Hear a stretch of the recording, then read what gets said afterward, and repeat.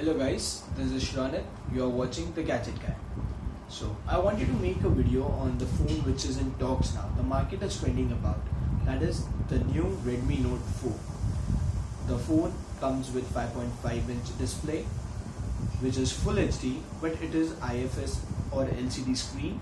It has 4GB of RAM, 64GB of internal storage in the top end variant, which is around 13,000 at price, and we do have lower prices with lower end variants. Let's not compare them as of now. Then we have an octa-core processor, Snapdragon 625 Adreno 510. The octa-core processor is of 2.0 gigahertz, which is pretty good, I suppose.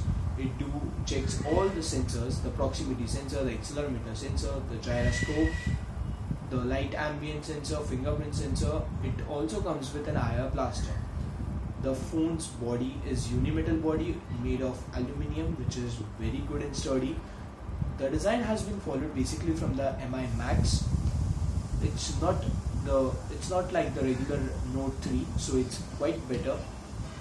The cameras are 5 megapixel front shooter, 13 megapixel back shooter with the fingerprint sensor at the back and a dual tone LED. The 13 megapixel camera, yes, I know the Note 3 was 16 megapixel camera, but now they have switched it to 13 megapixel camera. The advantage over here is both the cameras are of 2.0 aperture, which is good. We cannot say the camera is extremely powerful, it's good. We can use it for decent photographs. Coming to the body again, the unimetal body is very sturdy.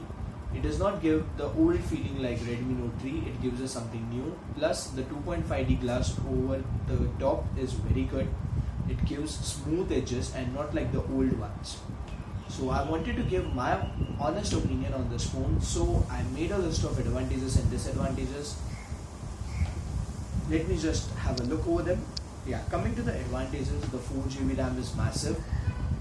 We do get around 2.6 GB RAM always free for the user. The battery is 4100 mAh, which I forgot to mention in the specifications. Battery is 4100 mAh, but it does not support fast charging. But again, considering it with the Snapdragon 625, the battery backup is very good. It gives almost more than 20-25% of what Redmi Note 3 used to give us. So the battery is very good. It's a bit slightly increased and it works out to be fine. Coming to the MIUI, it comes with 8.0 out of the box. MIUI 9 is on the verge of launching. It will be out soon. MIUI 8 is very much integrated in itself. You do get many features which no other phones gives you. For example, you get second space, you get inside the phone locking applications and everything. It do provide you with some customizations, themes and etc. But the second space is massive. You can have literally two phones in one single phone. Two separate accounts, two separate galleries, two separate everything in just one single phone. Even two separate passwords. So that is very beautiful about it. The 64GB is again massive. I don't think 64 is small to compare. You do have 128GB external SD card support, but it's a hybrid slot. You can use either two SIM cards or one SIM card or one memory card in it. The new entry in the back camera is that it supports slow-mo videos, which is again a good part. It gives pure volt experience, which Redmi Note 3 gave as well, so that's nothing new over there. It supports USB OTG. It also has IR blaster like Redmi Note 3. If you don't know what IR blaster is, it helps you to control your TV, your ACs, your DVDs, your projectors, etc. with the help of your phone. So that's again more feasible for the customer. The body is very slim, it's very sleek. The aluminum body feels very good. It gives a good in-hand feel. It's a bit slippery, but again, the edges are very smooth. It got a diamond cut finish over the edges. The 2.5D glass makes it more smoother. Overall, the body of the phone is very good. The build is very nice and the design is very brilliant in this phone. I have to tell, Xiaomi has done excellent work over the body over here. Coming to the downside of the phone, the cons of the phone, The hybrid SIM slot, as I said before, you do not have the option of working out with 2 SIM cards and 1 memory card. There is no NFC in the phone. No, the camera does not support 4K recording, which is very low side of the phone. There is no protection over the glass. There is no quick charging, as I said before. The camera gives you decent pictures, but if you want a phone just for the camera purpose, this is not what you are looking for. The phone do struggle a bit in the low lighting conditions. Overall, the camera is fine. We cannot expect it to be great. It's fine. Even after launching it in the Jan 2017, Xiaomi has launched the phone with a 6.0 Marshmallow Android. Now Xiaomi could have launched with Nougat update, but they did not. The Nougat update is still on the testing mode for this. They have launched the beta version of it, so if you want you can download it, or else you can wait for the update by the company, which will be out in within months, so that's not an issue, but still it launched with 6.0. There is the screen is just IFS. It's not AMOLED or Super AMOLED.